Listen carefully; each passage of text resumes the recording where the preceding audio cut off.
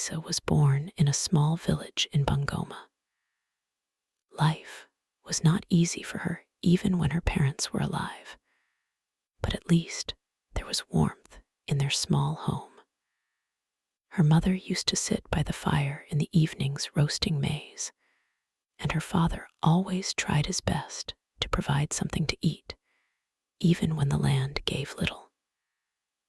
Lisa was a quiet girl, always sitting in the corner with her dreams, looking at the sky, wondering if there was a better life somewhere out there beyond the hills. When her parents died, everything in her world fell apart. At first, people from the village came together to bury them, and Lisa heard whispers like, "Poor girl, she has no one now." She was taken to live with her uncle. For a short time, she thought maybe life would be okay, but soon she realized she was only a burden to them. She was treated like a servant in the house. Her cousins ate better food while she got leftovers. They went to school while she stayed behind to fetch water, sweep the compound, and look after goats. Whenever she made a small mistake, her aunt would beat her and remind her that she was just an orphan who brought nothing but trouble.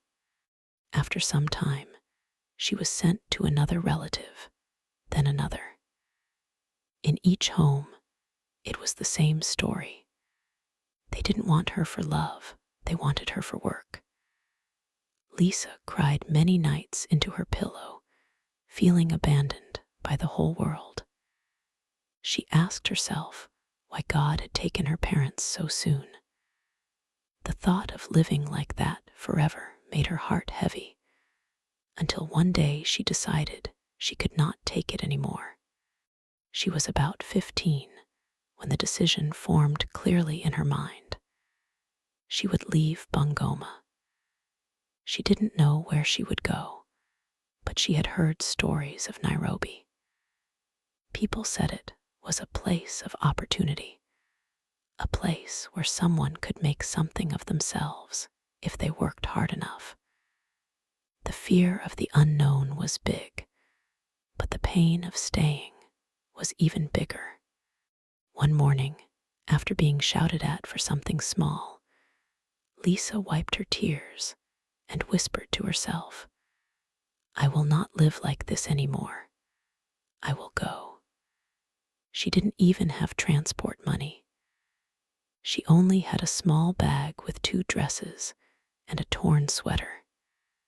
She walked to the bus station, her heart pounding with every step. When she reached, she saw buses lined up, people boarding, conductors shouting destinations. The money required for the trip to Nairobi was far more than she had. She stood on the side, pretending to be one of the passengers, but inside she was trembling. She waited. She watched the conductors shouting, joking, collecting fares. Then the moment came. The conductor looked the other way, busy with a group of passengers. Lisa quickly moved, her legs shaking, and climbed into the bus. She walked fast to the back and slid under a seat, pressing her body down to make herself small. Her heart raced like a drum. The bus started moving. Every time the conductor passed by, Lisa held her breath. She was afraid he would notice her and throw her out. The journey from Bungoma to Nairobi was long, and under the seat it was cramped and dusty. But she stayed hidden, telling herself that this was her chance, her escape. Hunger bit her stomach, but she ignored it.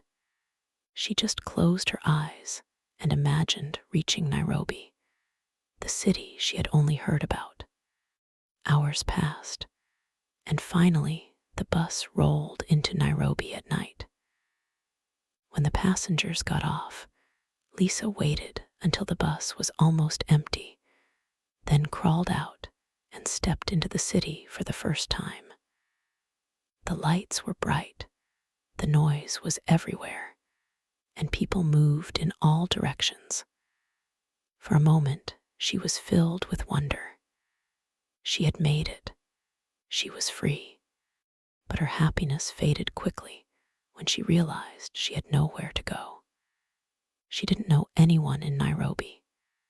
She didn't even know which side of the city she was in. The cold night air wrapped around her thin sweater. She walked slowly, carrying her bag, until she grew too tired. She saw other people sleeping on the pavement, their bodies curled up with sacks as blankets. Lisa hesitated, but she had no choice. She lay down near them, hugging her bag close, and tried to sleep as the city roared around her. The next morning, Lisa woke up hungry. She looked around and saw people hurrying to work, vendors setting up their stalls, mat-hattas honking. She felt invisible in that busy crowd. As she walked, she noticed a woman arranging fruits on a wooden stand. Lisa greeted her shyly. The woman looked at her closely, noticing her tired face and dirty clothes. "Where are you from, little one?" the woman asked. Lisa hesitated, then told her story in simple words, how her parents died, how she had been mistreated, how she ran away to Nairobi. The woman's face softened. She reached into her basket and handed Lisa a banana. "Eat this," she said kindly, "and take these mangoes.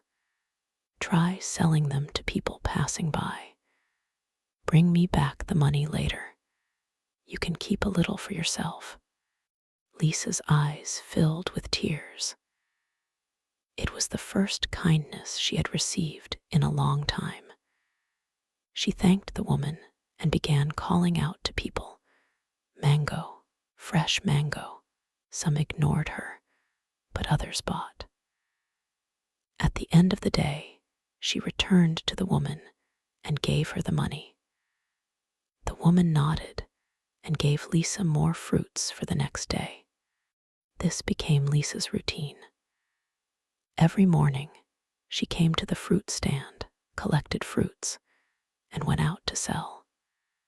She managed to eat something small each day, but at night, she still slept on the streets. Sometimes it rained, and she curled under a shop veranda to stay dry. Sometimes city askaris chased them away, and she had to run.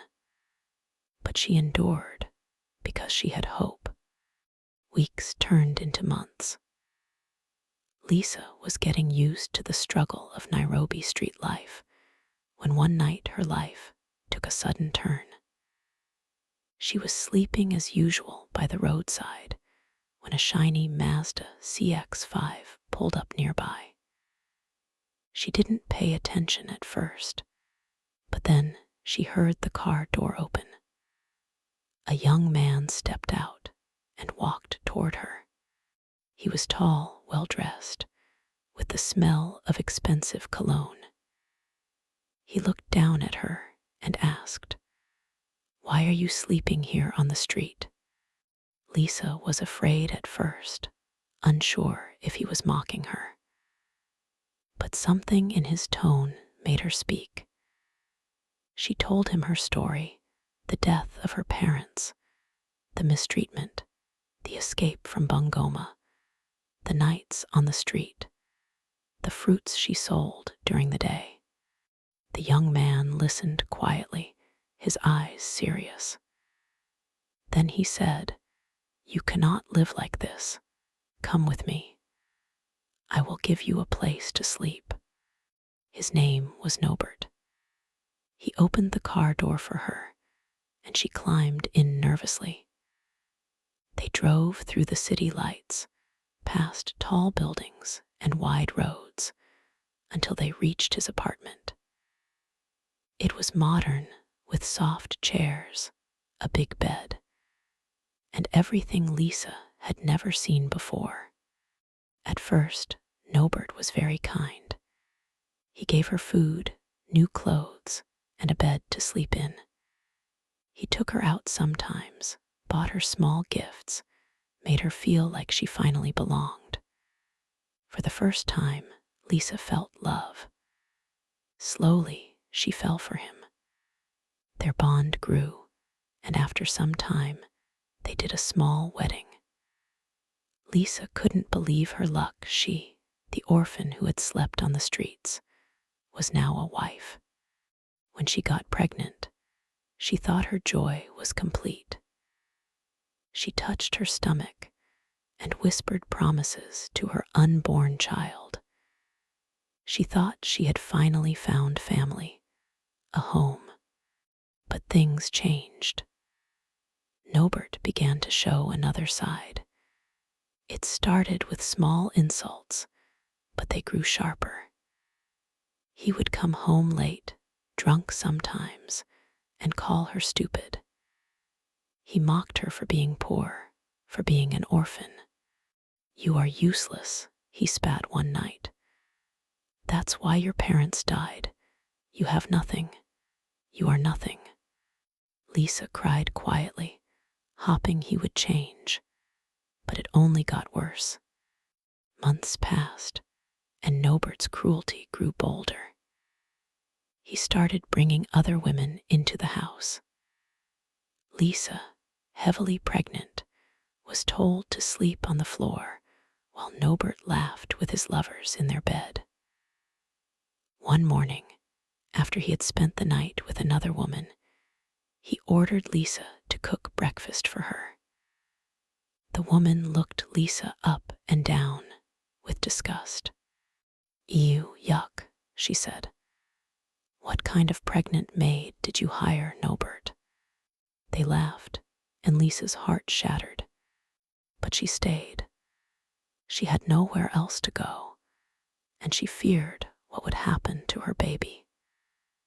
She endured the pain, the humiliation, praying that someday things would change. Lisa's days became darker as her pregnancy advanced. Nobert seemed to take pleasure in her suffering. His words cut deeper than knives. Each insult reminded her of her parents' absence. Each cruel laugh made her feel more unwanted. Sometimes Lisa thought of leaving, but where would she go? She had no family, no money, no friends. The fruit seller who once helped her was far away. She was trapped in a house that was no longer a home, with a man who treated her worse than a stranger. She spoke to her unborn child in whispers. "One day, my little one, we will be free. One day you will know love, I promise you." But that promise was hard to keep. One rainy evening, Nobert came home with another woman. This time, he was more furious than usual. Maybe the alcohol was stronger that night, or maybe his heart had turned fully cold. He shouted at Lisa to leave. "Get out. I don't want you in my house anymore. You are nothing but a burden. Take your useless belly and go die in the rain for all I care." Lisa's eyes widened with shock.